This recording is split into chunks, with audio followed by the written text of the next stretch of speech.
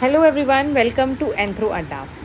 इस वीडियो में हम शुरू करने जा रहे हैं very first topic of our syllabus which is 1.1 meaning and scope and development of anthropology. Anthropology की बात तो ये स्टडी करता है ह्यूमन बीइंग का ओरिजिन, उसका डेवलपमेंट और nature of the human being. तो होलिस्टिकली ये ह्यूमन बीइंग को स्टडी करता है।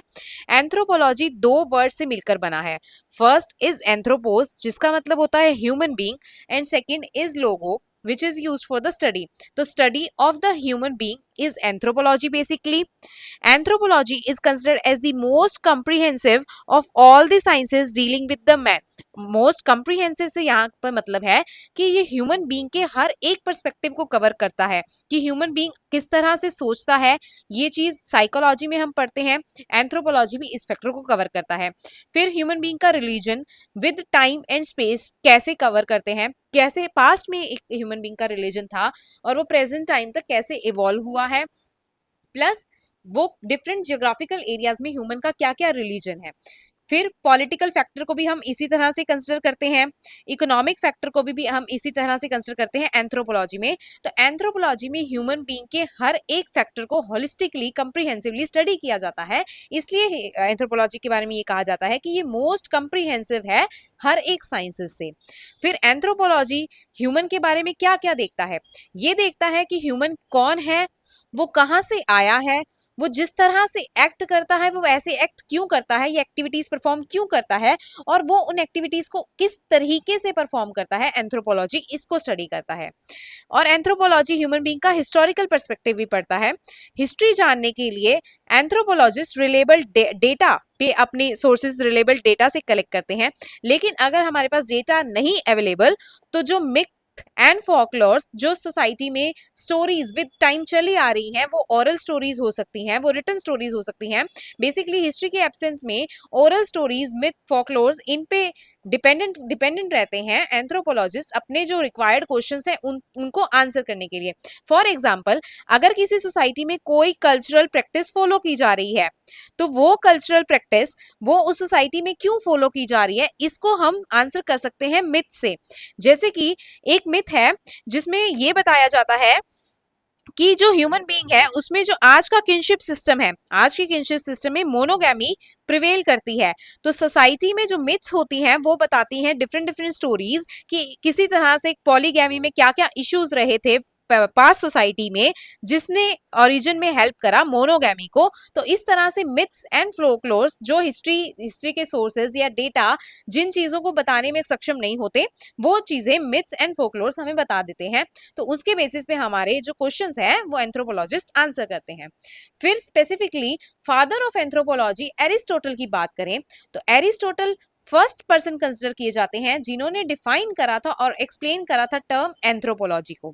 ये एंथ्रोपोलॉजी के बारे में कहते हैं कि एंथ्रोपोलॉजी एक गोसिप है जो एक पर्सन के अराउंड रिवॉल्व करती है, और वो पर्सन जो अपने ही बारे में गॉसिप करता है, जिसको यहाँ पे गॉसिपर कहा गया है, वो पर्सन अपने ही बारे में बात करता है तो वो पर्सन हो जाएगा एंथ्रोपोलॉजिस्ट। तो anthropology is the gossip that revolves around the man, and anthropologist is the gossiper who talks about himself. ऐसा गॉसिपर जो खुद के बारे में बात करता है वो एंथ्रोपोलॉजिस्ट हो जाता है।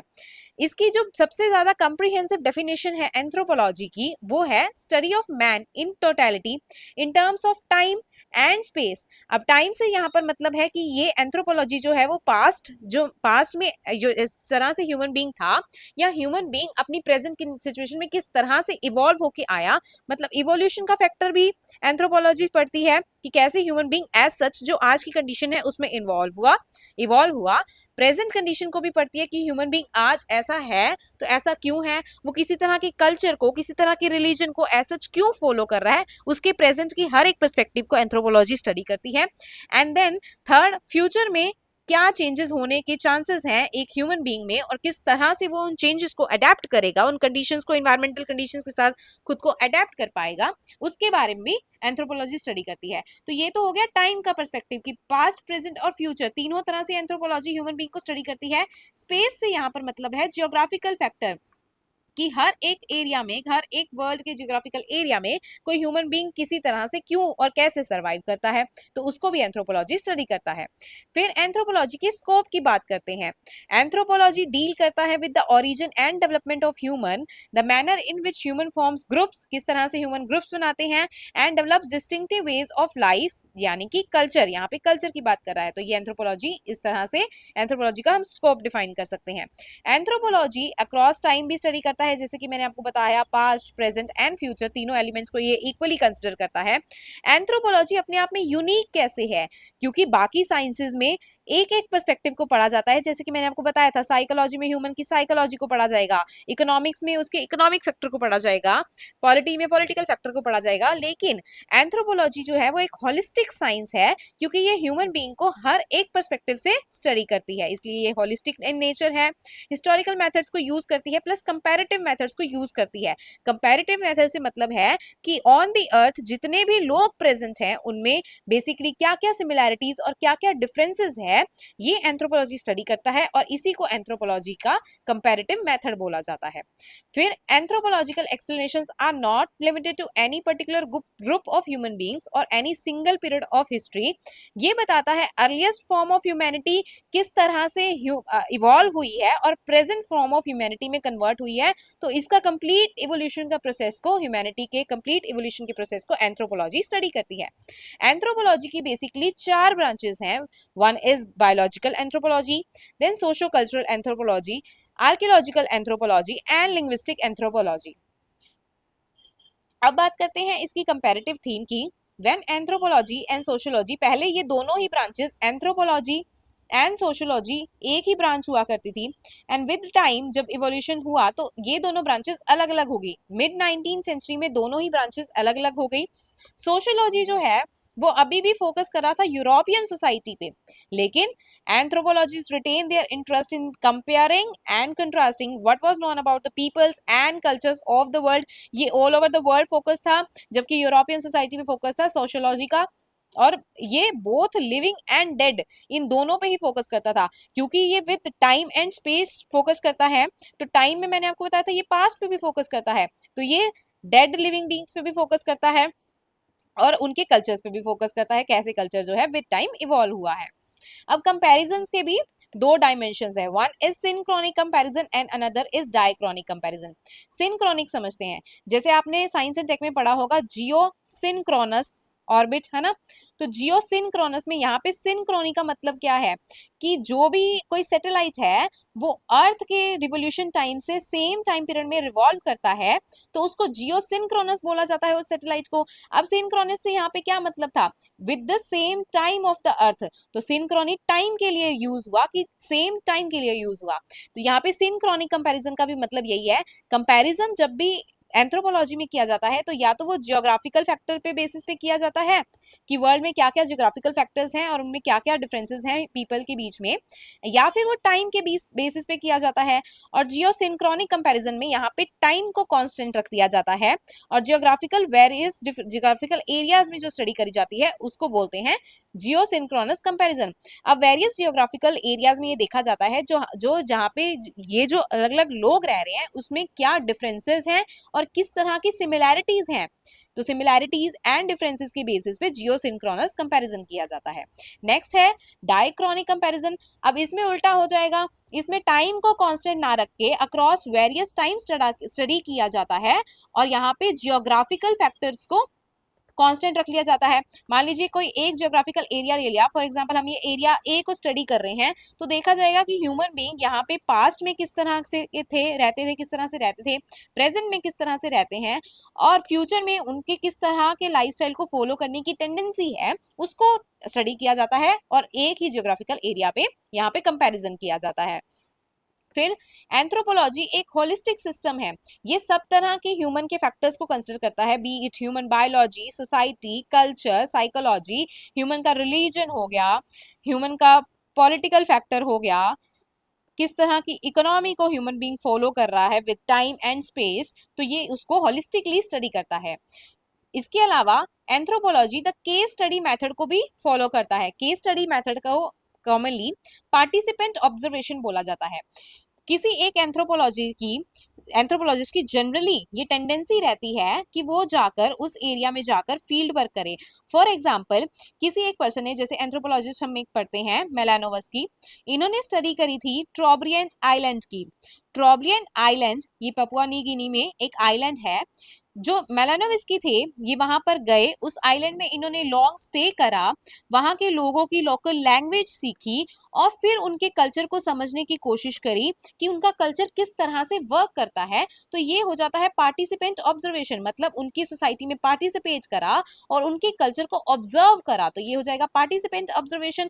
उसके बेसिस पे वो अपनी केस स्टडी देते हैं कि किस तरह से कोई एक सिस्टम किसी एक सोसाइटी में वर्क कर रहा है। तो ये केस स्टडी मेथड को फॉलो करता है एंथ्रोपोलॉजी। तो मेजरली एंथ्रोपोलॉजिस्ट जो होते हैं वो इस बेसिस पे अपनी थ्योरीज या जो अपने कंसेप्ट देने होते हैं वो देते हैं पार्टिसिपेंट ऑब्जर्वेशन के बेसिस पे।